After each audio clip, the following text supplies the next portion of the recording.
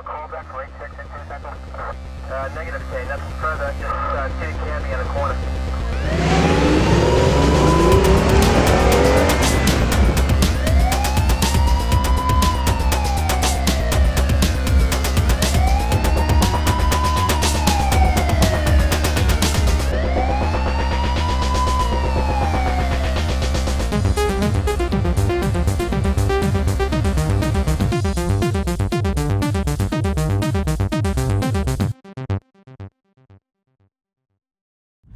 Since 1997, Ford Motor Company has practically owned the police car market in North America with one single vehicle, the venerable Ford Crown Victoria full-size sedan. However, the Crown Vic is no longer in production, so Ford is pushing two new vehicles.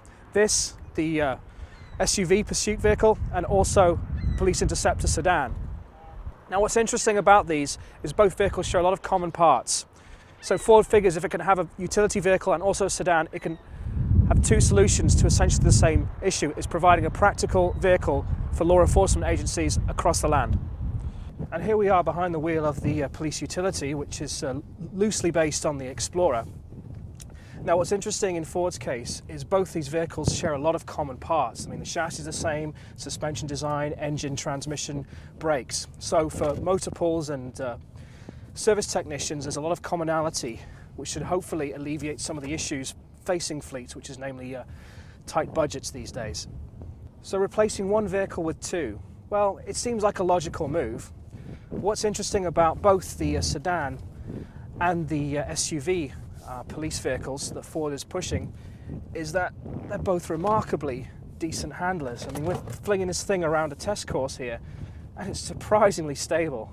The steering is nicely weighted, and it just feels very, very controllable, which is exactly something that police departments need.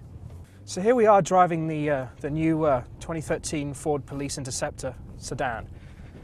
And one of the major requirements that police agencies said in consultation with Ford was that equipment that was used in the old Ford Crown Victoria could be readily transferred into this vehicle. So you'll find we've got a column shift in place of a floor shift you'd normally find in such a car like this, and there's a space between the seats that measures 9 inches across. So it's exactly compatible with the Crown Victoria. Now what's interesting about Ford's new Police Interceptor sedan is the fact that it comes standard with all-wheel drive. Now most police agencies prefer rear-wheel drive cars because they like the handling and the performance that rear-wheel drive delivers. Also, it's a lot simpler in terms of servicing. However, Ford doesn't offer any rear-wheel drive vehicles anymore in North America apart from the specialty Mustang.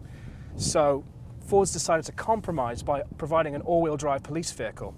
Now, it'll be interesting to see exactly what the uptake is for this, considering that its main rivals, the Chevrolet Caprice and the Dodge Charger, are both rear-wheel drive only. Police departments often require specific vehicles for specific needs, and these often differ substantially from what the civilian buyer might need. For example, this vehicle is going to spend a lot of time idling, so it has electric power-assisted steering, which reduces parasitic loss on the engine and is said to improve fuel economy even when this vehicle is idling by up to 35%, and that's a huge, huge gain over cars like the Crown Victoria. In addition, Ford provides sort of pre-wiring systems for these vehicles, so when an agency orders them, they can order a select number of packages and in some cases even have those installed directly at the factory. Now with any new police package vehicle, it takes time to bring it to market. That said, as I stand right here at this moment, the very first examples of the Police Interceptor sedan and SUV are already being sent to upfitters for installation of equipment. So they've already been certified and evaluated and they're ready to go. So from this day onwards, you'll likely see more and more of these things patrolling the highways and byways in your neighborhood.